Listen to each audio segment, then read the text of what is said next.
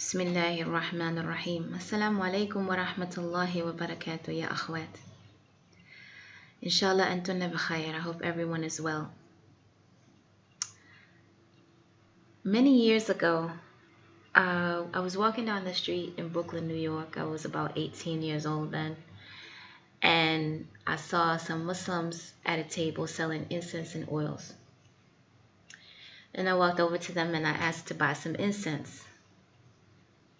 So there was a man at the table who he looked at me with a very serious face and he said, "What do you know about Islam?" And I said, "I don't know anything about it." And his son was sitting next to him. I guess it was his son. He looked to be about 16 or 17 years old. He said, "Have you ever read the Quran?" And I said, "What's that?" And he said, "Let me show you." And so this young man, he opened up the Mus'haf, and like the all Arabic Mus'haf, no English at all. And he showed me inside. And it was very shocking to me and amazing. But at the same time, it was confusing because I was like, this just looks like a lot of lines and curves and dashes and dots, and I can't really make any sense of it. And I asked him, "Do you know how to read this?" He said, "Yes, I know how to read it, and I'm learning to understand it." He said, "This is God's word, and it's my responsibility to learn God's word." I said, "Wow, okay." So then his father asked me, "Would you like an English translation?" And at that time I said, "No, thank you," politely. I took my incense and I walked away. And I was walking away thinking in my mind, there is no way I could learn that. It looks too difficult. I think I'm smart, but I don't think I'm that smart. I don't think that that's something that I could do. That's what I thought at that time. And I think a lot of us are held back by that self-doubt, especially at the beginner's level where, you're at that level 1 learning. You are learning the alphabets, the huruf, then how they connect, and then you're trying to, learn the vowels, the fatha, kasra, dhamma, and then the tanween, the shadda, and then you're trying to put it all together in order to start to read words. That's, one level. I think you really have to realize what level you're on, which mustawa that you're at. So if you're at mustawa al-awwal, عندنا, in our estimation as convert Muslims who have no background with Arabic language, for us, mustawa al-awwal, level 1 is alif ba. That's level 1 for us. It might mean something different for other people, but for us it means starting from alif ba. And so with that being the case, because it's new to us and the sounds are new to us and the writing and so forth, the system is new to us. So we got to get past that level 1 stage. And the best thing that you can do is once you realize which mustawa, or which level that you're at, you stay on that level and you work on it until you get to the end of it. So when you're learning how to read, when you're learning Alif Ba, if you're taking my free course, the free video course, do the course. I've been looking through some of the stats. Many of you are still at 0%. I don't know why.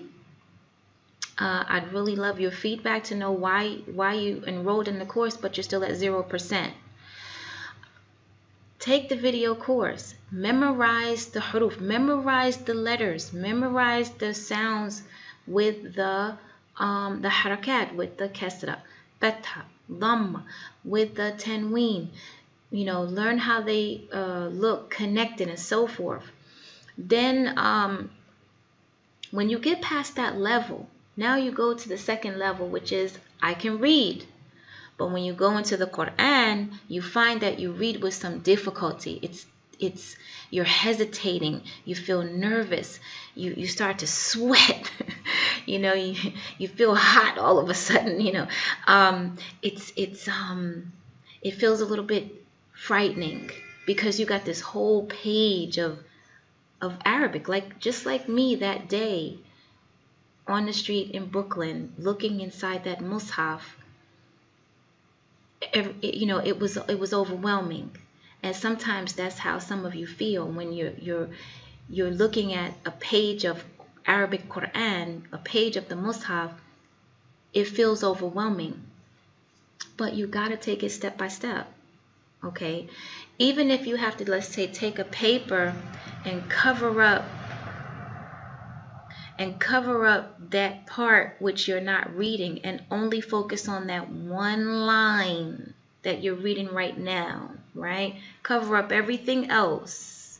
Cover up that opposite page. Cover up the bottom of the page and just focus on that one line that I'm reading right now. Right? Alhamdulillah. Lillahi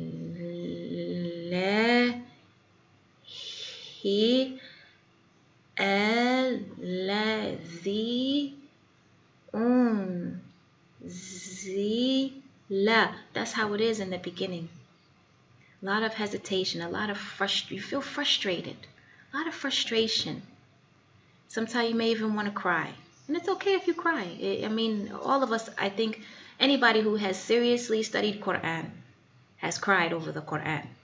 I mean, for me, my issue when I was learning Quran, and I'm not that I'm finished, I could still very well be a student. I'm not a student at the moment, but my biggest issue was with the hifz.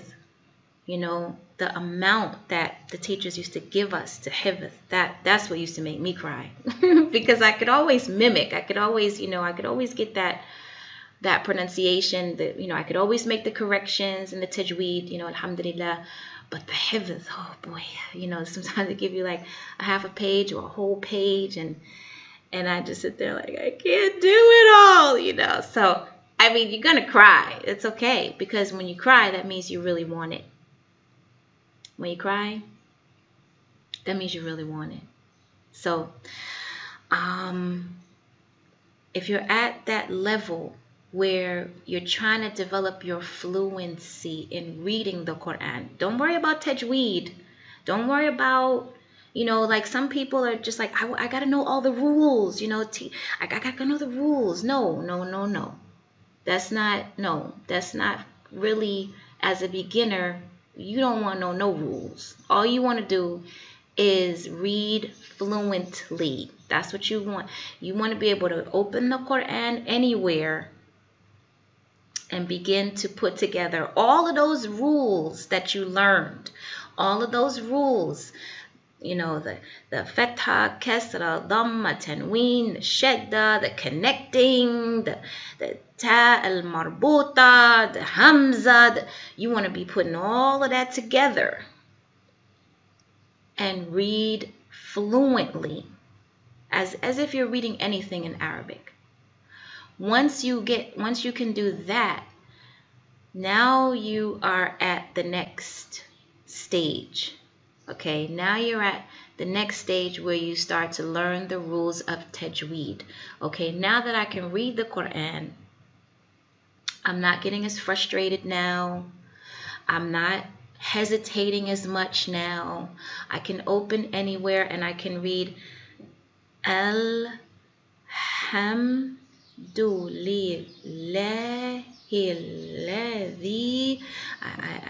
I can read now. Okay, and sometimes now I can even see where a word starts and ends. It's not all just letters and vowels now. I can see words. See, that's a level. You got to know what level you're at, okay?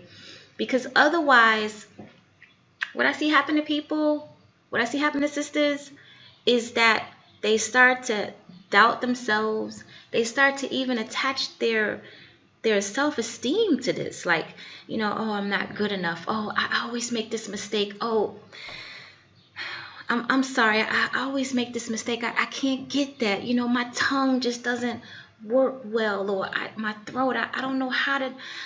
No, it's not about you. It's not attached to you. It's not that you're not good enough, or you're not smart enough, or you didn't get good grades in school, you never graduated from college, or what. It's not about that.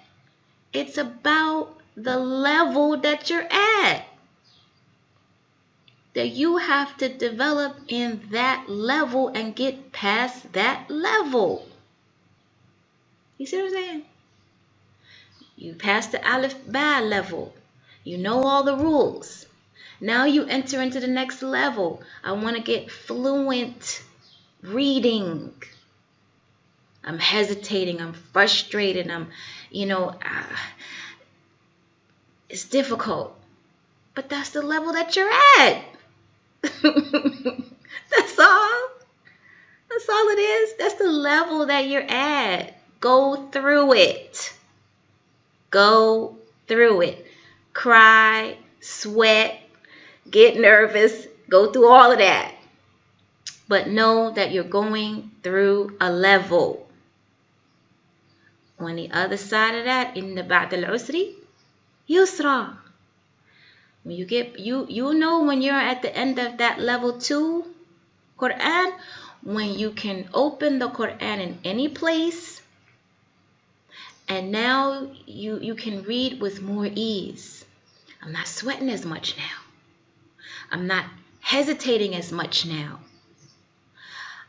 I can see where words begin and end. I feel more confident reading the Quran. Now you're at the end of stage 2, or level mustawa athani, level 2. Now level 3, Quran. Now I'm ready to learn some rules of tajweed. Okay, so now when I see this little meme over there, what does that mean? When I see the tanween, and then I see a meme, and I see this shadda, what do I do there? What do I do when I see this little symbol there? Now you're ready for that stage. And so this is what we're doing in Shahr Ramadan al-Mubarak. And actually we're going to be starting before Ramadan. We're going to start before Ramadan, bi'idhnillah, because it takes training. This is training, okay, and it takes time to train. It takes time to train. So I'm sending out a form, an enrollment form. The classes will be taught at Fajr Eastern Time, also at my time, Fajr time, and after Taraweeh, about 9:30, or I'm sorry, during Taraweeh, after Taraweeh, I think it'd be too late, but during Taraweeh. But if you want to make an appointment with a teacher, then you can do that as well.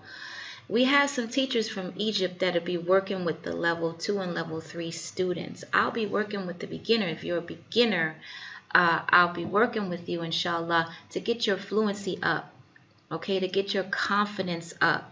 But we have other teachers.